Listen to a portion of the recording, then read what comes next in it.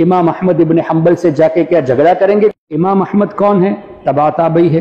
तो इमाम अहमद इब्न हम्बल ने अपनी तरफ से तो नहीं लिखा, ताबई ने रिवायत किया तभी लिखा, और ताबई अपनी तरफ से नहीं बोले, सहाबी ने रिवायत किया तभी बोले। बिस्मिल्लाहिर्रहमानिर्रहीम, नहमदुहु व नुसल्ली व नुसल्लिमु अला रसूलिहिल करीम, अम्मा बाद। अल्हम्दुलिल्लाह, अल्लाह ताला का शुक्र व एहसान कि अल्लाह ताला ने हमें अपने हबीब पाक सल्लल्लाहु अलैहि वसल्लम की गुलामी नसीब फरमाई। नबी पाक सल्लल्लाहु ताला अलैहि वसल्लम की यौम विलादत का महीना अनकरीब आ रहा है, और अल्हम्दुलिल्लाह दुनिया भर में अल्लाह के रसूल सल्लल्लाहु अलैहि वसल्लम की विलादत मुबारका की खुशी में लोग झूमते हैं, कसाइद पढ़ते हैं, हुज़ूर अलैहिस्सलातु वस्सलाम की सीरत मुबारका सुनते हैं, सुनाते हैं और लोगों को इसकी तरगीब भी देते हैं। इस सिलसिले में आज के दौर में हम देखते हैं कि कई जगहों से सवाल उठते हैं कि क्या ये जायज़ है, क्या हमारे नबी सल्लल्लाहु अलैहि वसल्लम ने अपनी विलादत का तज़किरा फरमाया, क्या सहाबा ने मीलाद मनाया? तो इसका बहुत मुख्तसर जवाब ये है कि मुस्नद इमाम अहमद इब्न हम्बल में एक रिवायत है जो कि और भी बुज़ुर्गों ने नकल फरमाया है। हदीस पाक का मफ़हूम कुछ इस तरह है कि नबी पाक सल्लल्लाहु अलैहि वसल्लम इरशाद फरमाते हैं, जब मेरी विलादत हुई तो मेरी वालिदा यानी सय्यदा ताहिरा आमिना रज़ियल्लाहु ताला अन्हा के सामने एक नूर ज़ाहिर हुआ, और उनकी नज़रों के सामने मुल्के शाम के महल्लात सामने थे। तो वो थी मक्का शरीफ में।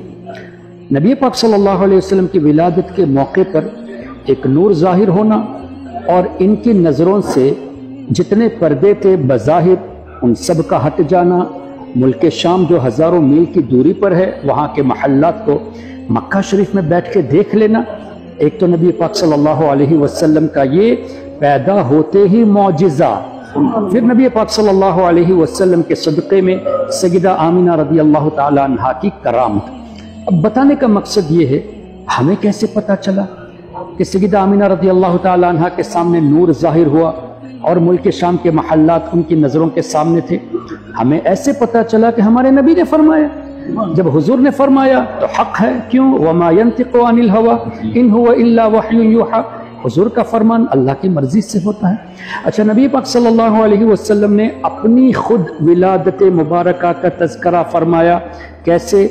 जैसे हदीस पाक का मफ़हूम, जिस दिन मैं पैदा हुआ, तो अपनी पैदाइश का जिक्र हमारे आका सल्लल्लाहु अलैहि वसल्लम ने फरमाया। अब इमाम अहमद इब्न हम्बल ने इस रिवायत को नकल किया। इमाम अहमद कौन है? तबा ताबई है। तो इमाम अहमद इब्न हम्बल ने अपनी तरफ से तो नहीं लिखा, ताबई ने रिवायत किया तभी लिखा, और ताबई अपनी तरफ से नहीं बोले, सहाबी ने रिवायत किया तभी बोले। इसका मतलब हमारे नबी ने भी अपनी विलादत का तज़किरा फरमाया, सहाबा ने भी हुज़ूर अलैहिस्सलाम की विलादत का तज़किरा फरमाया, ताबई ने भी हमारे आका सल्लल्लाहु अलैहि वसल्लम की विलादत का तज़किरा फरमाया, और तबा ताबई ने भी हमारे आका सल्लल्लाहु अलैहि वसल्लम की विलादत मुबारका का तज़किरा फरमाया।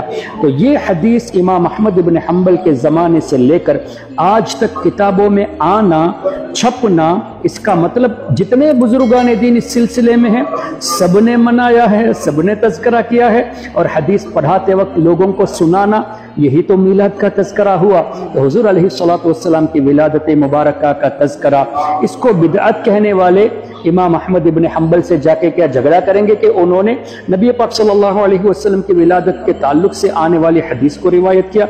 इस तरह हुज़ूर अलैहिस्सलातु वस्सलाम एक मरतबा सहाबा किराम के जहाँ बैठे थे, जिक्र व अज़कार कर रहे थे, हमारे आका की तारीफ कर रहे थे।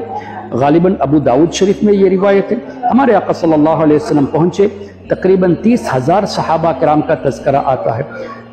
हुजूर ने उनसे पूछा कि क्या कर रहे हो? तो उन्होंने फरमाया, या रसूल अल्लाह, हम अल्लाह ताला का शुक्र अदा करते हैं कि अल्लाह ने हमारे दरमियान आपको भेजा है, आपके जरिए हमें इस्लाम की दौलत से नवाजा है। ये हदीस का मफ़हूम। तो नबी पाक सल्लल्लाहु अलैहि वसल्लम ने इनकार नहीं फरमाया कि मेरे सदक़े में ईमान तुम्हें मिला, मैं थोड़ी ईमान देने वाला हूँ, अल्लाह देता है, यकीनन अल्लाह देता है, लेकिन जरिया तो हमारे आका सल्लल्लाहु अलैहि वसल्लम है। फिर सहाबा का इस तरह कहना कि अल्लाह ने आपसे हमें नवाजा, उसका शुक्र अदा करते हैं। तो हुज़ूर अलैहिस्सलातु वस्सलाम की तशरीफ आवरी के लिए अल्लाह का शुक्र अदा करना, ये सहाबा की सुन्नत اور اس کو منظور کرنے والے ہمارے آقا صلی اللہ علیہ وسلم۔ تو بہت آسان لفظوں میں ہمارے آقا کی ولادت کا تذکرہ ہم قرآن اور حدیث کی روشنی میں پیش کرتے ہیں، لیکن انفارچونیٹلی جن کے دلوں میں بغض ہے ان کو اعتراض ہی کرنا آتا ہے، اس لیے ایسے لوگوں کی باتوں پر توجہ نہ دی جائے۔ ہمیں ہمارے ائمہ کرام، صحابہ کرام کی باتیں ہمارے لیے کافی ہے۔ اللہ تعالی ہمارے آقا صلی اللہ علیہ وسلم کی ولادت کی خوشی میں حضور علیہ السلام کی نعمت کی، ایسی نعمت اللہ کی ہے، اس کے شکرانے پر ہم اگر اللہ تعالیٰ کے رسول صلی اللہ علیہ وسلم کی یاد میں محفلیں منعقد کر کے ہمارے بچوں کو تربیت دیتے ہیں تو اس میں کوئی قباحت نہیں، بلکہ بہت بہترین کار ثواب ہے۔ اللہ تعالیٰ ہم سب کو سچا پکا عاشق رسول بنائے، اور اللہ تبارک و تعالیٰ نبی پاک صلی اللہ علیہ وسلم کے صدقے میں ہمیں ایمان والی زندگی نصیب فرمائے، ایمان والی موت نصیب فرمائے، اور موت پر ہم سب کو نبی پاک صلی اللہ علیہ وسلم کی شفاعت نصیب فرمائے۔ والسلام علیکم ورحمۃ اللہ۔